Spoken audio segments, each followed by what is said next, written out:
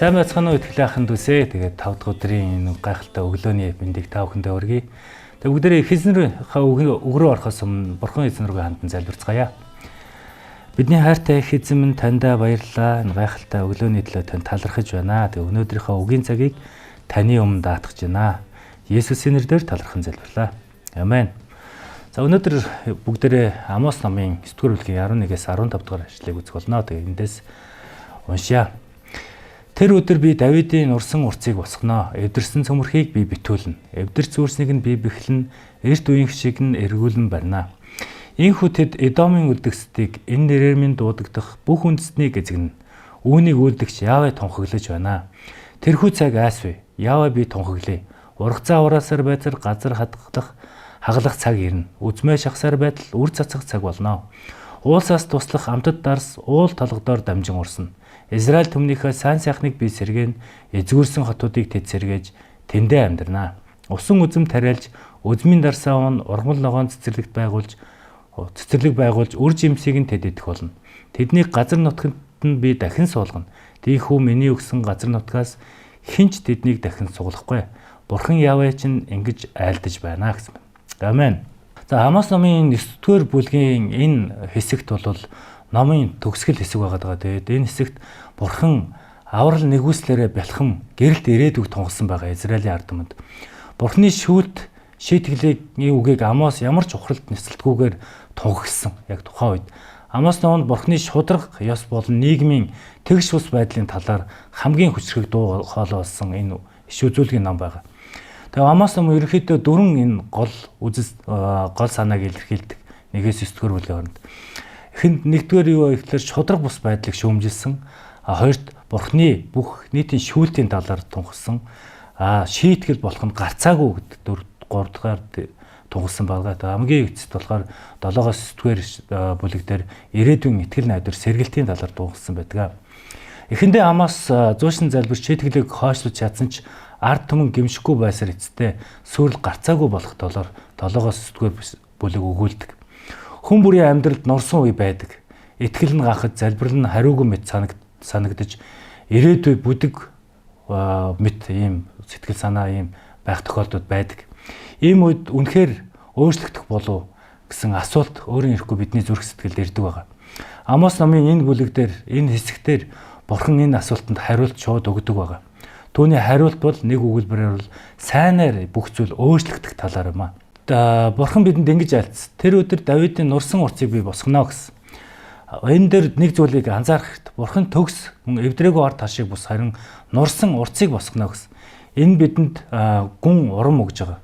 Юу вэ гэхээр учир нь бидний амьдралд яг л тэр урц шиг ан цавтаа сул дорой заримдаа сүрсэн мэд байдаг боловч гэвч Бурхан яг энэ үед өөрийнхөө амлалтаараа энэ зүйлийг би сэргэнэ гэж сэргээхийг бас хүсдэг юм аа. Тэр эвдэрсэн цөмөрхийг битүүлнэ. Эвдэрч сүрснийг нь бэхэлнэ гэж дараагаар нь хэлсэн баг. Энэ бол өнгөц нэг зүгээр нэг засвар биш. Энэ бол үндсээр нь биднийг босгож сэргээх талаар ярьж байгаа. Хүн өөрийгөө засах гэж оролдогч ихэнхдээ дотроо хоосон хэвээр үлддэг. Харин Бурхан бидний зүрхийг сэргээж, Бурхан биднийг босгон байгуулдаг юм аа. Бурхан биднийг бас өөрчилдөг. Дараагийн ишлэлд ургацаа ураасаар байтал газар халах цагээр нь үзмээ шахсаар байтал үр цацах болно гэж хэлсэн байна.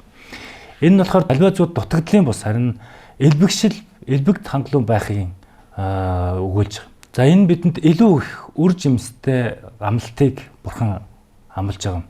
Энэ бидэнд нэг зүйл сануулж байгаа нь Бурхан алдсан цаг хугацааг бидний амьдарт нөхөж алдсан он жилүүдийг хий дэмий мэт санагдсан тэр он жилүүд болон нулимстай үр дүнгүй мэт санагдсан он жилүүдийг бидэнд нөхөн сэргээж өгөх талаар хэлж байна. Итгэгч хүмүүсийн бидний амьдралд Бурхан буцаагаад нөхөн төлдөг талаар, нөхөж өгдөг талаар энэ Бурханы амлалт байна. Тэгээ Израиль түмнийхээ сайн сайхныг би сэргээн гэж Бурхан тунхагласан. Энэ дээр зүгээр л нэг бидний байгаа байдлыг өөрчлөх гэж хэлээгүй. Харин сайн сайхныг сэргээн гэж хэлсэн байна. Өөрөөр хэлбэл Бурханы авчирдаг өөрчлөлт нь саарам биш, үргэлж сайн тийшээ чиглэдэг юм а гэдгийг харуулсан. Заримдаа бид өөрсдийг айцаар хардаг. Гэвч Бурханаас ирсэн өөрчлөлт хизээч биднийг устгахгүй харин бүтээдэг талаар харж байна. Эзгүрсэн хотууд дахин сэргээгдэж хүмүүс тэнд дахин амьдарч усан үзмийн талбай ургаж цэцэрлүүд үр жимсээ өгнө гэсэн. Энэ бол зүгээр нэгэн эдийн засгийн өсөлт биш. Итгэгч хүний хувьд залбирал дахин ам орж Бурхантай харилцах харьцаа сэргээгдэж итгэл найдвар дахин соёолох талаар илэрхийлж байгаа. Энэ бүлгийн хамгийн чухал амлалт бол хинч тэдний дахин суглахгүй гэсэн. Энэ өгүүлбэр биднийг бүр мөссөн айдсаар адилгадаг. Учир нь Бурхны өгдөг сэргэлт төр зурих биш. Энэ бол баттай, сууртай, тогтвортой өөрчлөлт юм. Тэгээд саяны багц ишлэлийн төгсгөлд Бурхан яаваа ч айлдаж байна гэсэн байгаа. Энэ амлалтанд хүний хүсэл, эерэг бодол, сайхан мөрөөдөл биш гэдгийг баталдаг. Энэ бол Бурхны үг. Тиймээс энэ үг биелнэ. Өнөөдөр энэ үг бидний амьдралд биелнэ гэдэгт бат итгэх ёстой. Хэрвээ амьдрал чинь нурсан мэт санагдаж байвал Бурхан босгоно. Хэрвээ зүрх чинь ан замтай байвал Бурхан биелүүлнэ. Хэрвээ итгэл чинь сул дорой байвал Бурхан бэхэлнэ. Хэрвээ бидэнд айдас байвал Бурхан суушуулна гэдэг энэ итгэлээр бид нар босох ёстой.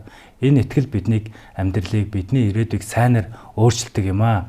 Ийм нөхцөл байдалд хэрвээ байгаа бол Бурханд найдаж, учир нь түүний гарт бүх зүйл бидний амьдралыг сайнаар өөрчлөнө гэсэн энэ итгэлээр бид нар уршаалах ёстой юм аа.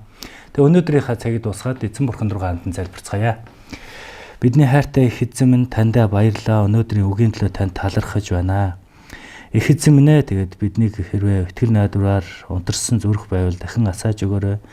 Хэрвээ айдас хөөцтэй байгаа бол өөрийн амлалтаараа биднийг дүүргэж өгөөрэй их эзэн минь. Бидний амьдрал таны сайн сайхан өөрчлөлтүүд дүүрэн байх тухай эзэн Есүс Христийн нэрээр талархан залбирлаа. Амен.